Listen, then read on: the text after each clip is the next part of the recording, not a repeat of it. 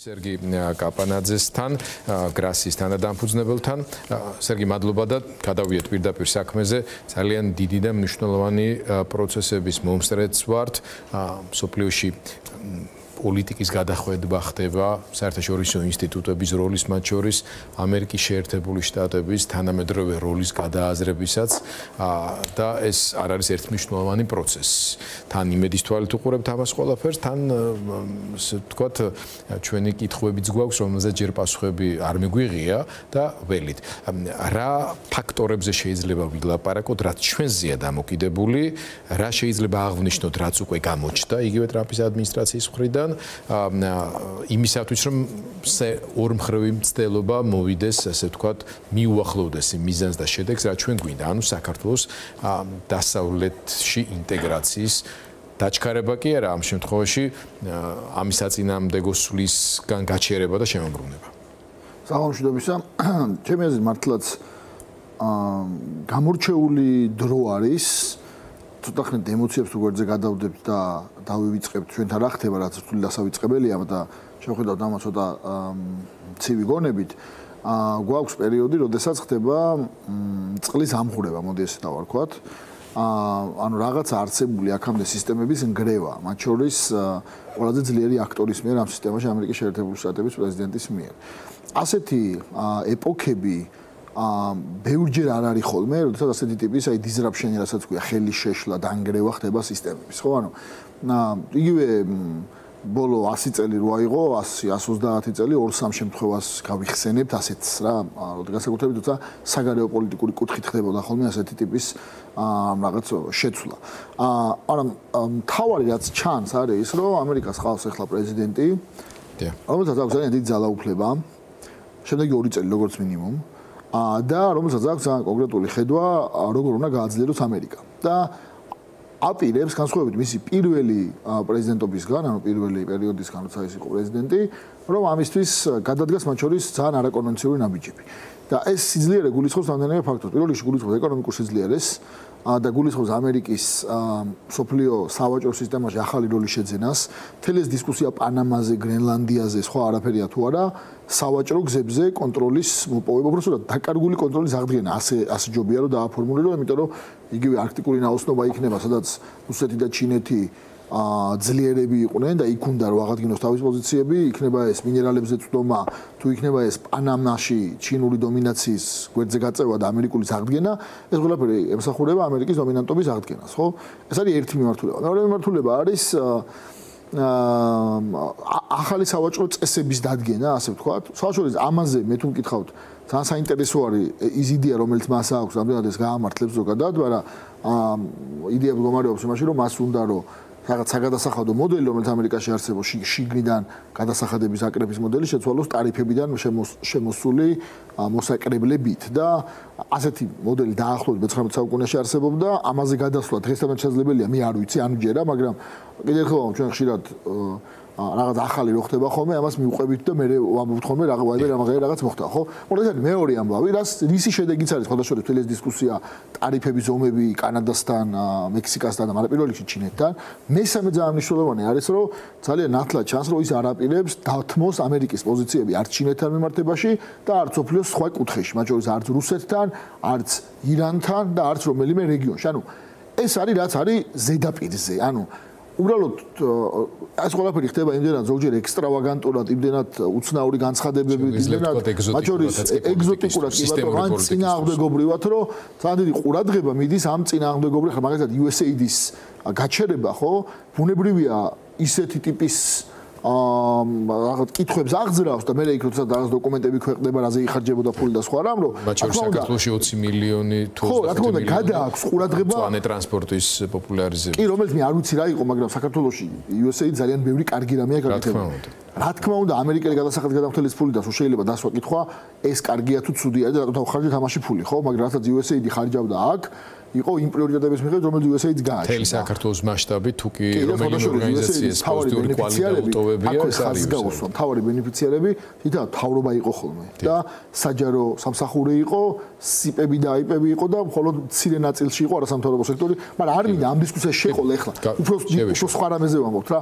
მაგრამ საქმე იმაშია, რომ როდესაც კიდე ერთი მიმართულება, რომელიც ტრამპს აქვს, არის ის, რომ მას უნდა რომ დაზოგოს გაფლანგული ფული. ანუ ის ამბობს, რომ ძალიან დიდი ფული იხარჯება ისე, რომ ამას ეფექტი არ აქვს, არ აძლიერებს ამერიკას და მინდა ეს დავზოგო, ხო? ეს არის შიდა პოლიტიკური პროცესი ამერიკაში, მაგრამ ამისი ამოცანა, ამისი უკანაც არის, ხო? ამოცანა და მიზანი არის, რომ ამერიკა იყოს უფრო ძლიერი. მე როგორც საქართველოს პატრიოტს მინდა რომ ამერიკა იყოს უფრო ძლიერი. ვიდრე გულწრფელად გეუბნებით, ანუ მე სუსტ ამერიკას მირჩევნია ძლიერი ამერიკა. რა თქმა უნდა, ყველა ის პრობლემა, რაც გვესმის, ხედავთ და რა ვიცი, აი წარბებს გვაწევიებს, ხო იგივე რაღაც გრენლანდიაზე მუქარა, გაზაზე განცხადება და სხვა რაღაც, ეს არის მნიშვნელოვანი საკითხებია, იმიტომ რაღაც მათ შორის მორალურად, იურიდიულად სვავს კითხვებს, მაგრამ ამის უკან რა ამოცანაც არის ამერიკის გაძლიერება. მე ძლიერი ამერიკა, რა თქმა უნდა მინდა. არა ჩვენთვის ყველაზე რელევანტური რაც არის, ეს ყველაფერი შეიძლება მნიშვნელოვანი იყოს ცოდნის დონეზე, რო ეცხდება, მაგრამ უფრო რელევანტური არის ის, რაც შეეხება ევროპის უსაფრთხოებას. ევროპის უსაფრთხოებაზე არის რა ვიცი 2-3 მნიშვნელოვანი კომპონენტი, რომელიც ამ წუთში ჩანს და ზედაპირზეა, ხო? ფაქტობრივად ყველა ეს რაც ახლა ვილაპარაკე, ეს ყველა იდეა, რომელიც მოამზადა მათ შორის America First რა ქვია ინსტიტუტმა, იქ სხვა შორის ევროპულ უსაფრთხოებაზე და უკრაინაზე ბევრი არაფერი წერია, ზოგადად საგარეო პოლიტიკაზე ბევრი არაფერი წერია. ამიტომ განსხვავებით სხვა თემებისგან, მაგალითად USAID-ის და ზოგადად დაფინანსების შეჩერება არის ერთ-ერთი პრიორიტეტი, მაგრამ ამაც არ წერია, ამიტომ უნდა გამოვიცნოთ დაახლოებით განცხადებებისგან, ხო? მაგრამ რაც ვიცით ევროპულ უსაფრთხოებაზე არის ის, რომ მას უნდა რომ ევროპა მეტფულს ხარჯავდეს თავდაცვაზე, და ჩემი აზრით კარგი არის, რომ ეს ამას თუ მიაღწევს, ამერიკის ადმინისტრაციას უნდა რომ ომი დამთავრდეს უკრაინაში, რაც ასევე კარგია, ოღონდ მე რეიწყება დეტალები, ხო? ჩემი აზრით ყველაზე დიდი საფრთხე, რომელიც ჩვენ გვაქვს, არის, რომ ამ უსაფრთხოების უკეთესი მოდელის ძიებაში და ამერიკის სიძლიერის მეტად პროექციის ძიებაში ჩვენ არ დავრჩეთ ბორტს მიღმა. ოღონდ ამაზე მოდი პასუხისმგებლობას ტრამპს ნუ კი ავკიდებთ. პასუხისმგებლობა ავკიდოთ ჩვენ ქვეყანას. იმიტომ რომ შენ თუ გინდა რომ რაღაც განტოლებაში მოხვდე, შენ თვითონ უნდა ცდილობდე იმას, რომ იყო ამ სასარგებლო განტოლების ნაწილი. თორე შეიძლება ისე მოხდეს, რომ ყველაფერი დაალაგდეს იდეალურად და საქართველოს აღმოჩნდეს რუსეთის ბოსტანში. მაინც მიუხედავად იმისა, გლობალურად როგორ ლაგდება, ხო? და აქ უკვე პასუხისმგებლობა ენიჭება ამ ქვეყანას და ამ ქვეყნის ხელისუფალი ვინც არის, ხო? რაც არ უნდა არალეგიტიმური იყოს, ავტოკრატიული იყოს, სხვა იყოს.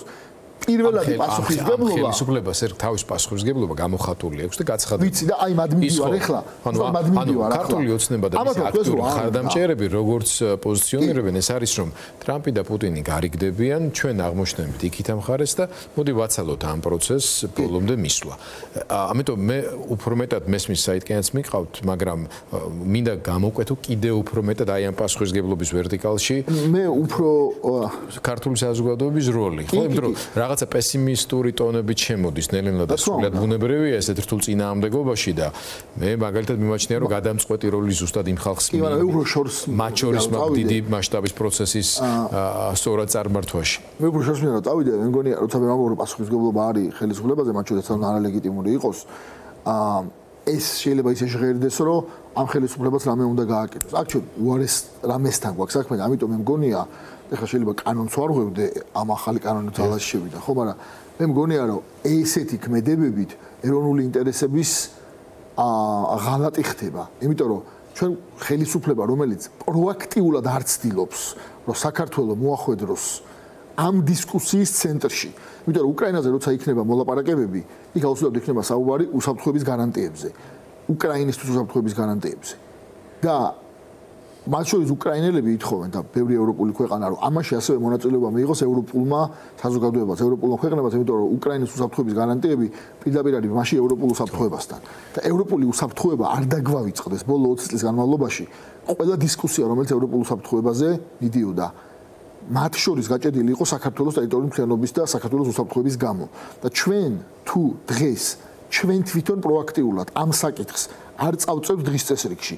შეიძლება იგივე შეთანხმება მოხდეს, რომ საქართველოს არც ევროპული უსაფრთხოების მოლაპარაკებების მიღმა და მოლაპარაკებების მიღმა დარჩენა ნიშნავს დატოვება მიღმა ნიშნავს რუსეთზე ჩაბარებას ჩვენ სამწუხაროდ კაფიო სურათი გვაქვს ხელისუფლება ამას პროაქტიურად არათუ არ გააკეთებს მისი პროაქტიურობა პირიქით ვიცი მე მაგიტომ შეფასებად რომელიც უკვე დაჟჯადი გახდა მაგას ვაო მაგრამ ეხლა მივიდივარ წეგარაც თქვი იმისი გაშლა მინდა რა ამიტომ ჩვენ გვაქვს ესეთი უცნაური მდგომარეობა და იშვიათად არის ხოლმე ესეთი მდგომარეობები როცა შენ ყავს ხელისუფლება რომელიც ასე იქცევა ანუ პირიქით შენთვის საწინააღმდეგო შენი ქვეყნის ინტერესებისთვის საწინააღმდეგო ტალღაზი ზის და პირიქით ხელს უწყობს იმ პროცესს რომელიც შენ გაზიანებს შენი ქვეყნის ეროვნულ ინტერესებს აზიანებს იმ ეროვნულ ინტერესებს აზიანებს რომელიც დღემდე ეროვნული უსაფრთხოების კონცეფციაში და საგარეო პოლიტიკის სტრატეგიაში გვიწერია ევრო ინტეგრაცია ნატოში ინტეგრაცია, უსაფრთხოების გაძლიერება, რაც არ უნდა რეჟიმმა დღევანდელმა თქვას რომ რაღაცა სხვა უნდა მას, ეს ამ წუთში სტრატეგიულად ჯერ კიდე დოკუმენტურად არის ჩვენი,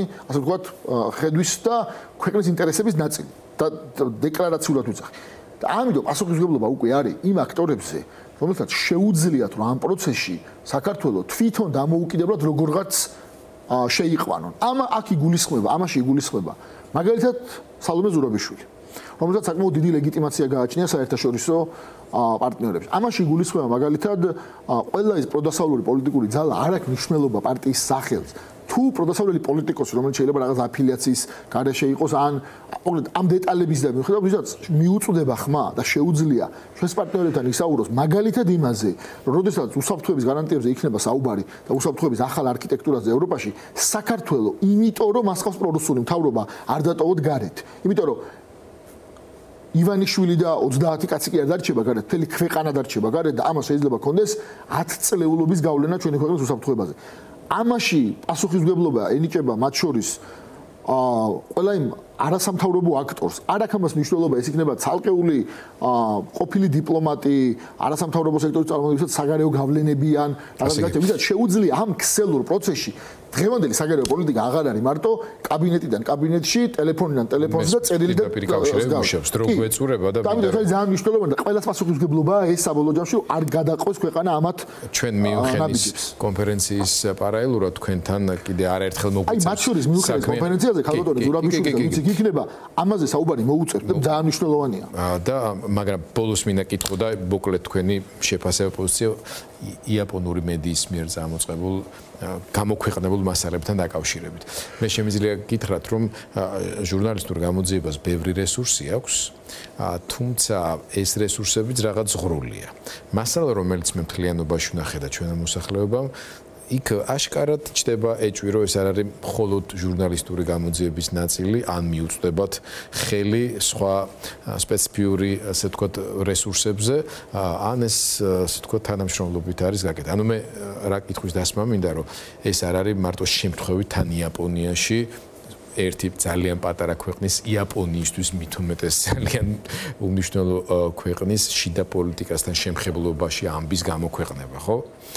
თქვენ რა ვერსიები გაქვთ ამ შემთხვევაში, რა მოხდა, რა არის რისი გზავნილი შეიძლება იყოს ეს ყველაფერი? იცი რა, აი, ძალიან რთულია ჩემთვის, ჩემთვის ერთია შემიძლია რომ თქვა არის რომ იმაზე მანჩელობას იმაში რაღაც ფული იყო, წიგნები იყო, თუ შრედინგერის კატა იყო, რომელიც გვტარია ცოცხალი არ ვიცი. მაგაზე მანჩელობას უფრო მნიშვნელოვანი მგონია რომ კონკრეტულმა ელჩმა და კონკრეტულმა უწყებამ ამაზე დააფიქსიროს პოზიცია და ახსნას რა მოხდა. იმიტომ რომ როგორც მინიმუმ კითხვები არის ლეგიტიმური. როდესაც ერთი ქვეყნის ელჩი ხდება იმ ქვეყნის მმართველი ოლიგარქის შვილს და გადასცემს რაღაცა ტიპის რა ვიცი, საჯარო თუ ნახევრად საჯარო თუ სადაც იყო რაღაც იმ გარემოში, ხო?